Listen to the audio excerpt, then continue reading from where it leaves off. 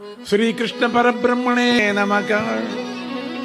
అందరూ ఈరోజు ప్రసాదాన్ని, అటుకులు ప్రసాదాన్ని అందరూ స్వీకరించండి. మీ దగ్గరికే వస్తున్నాయి. ఇది అమృతంలాగా ఈ ప్రసాదం తీసుకుంటే. నేనేం నోట్లో వేసుకోలేదు, అయినా నా నోట్లోకి వచ్చేసింది అప్పుడే.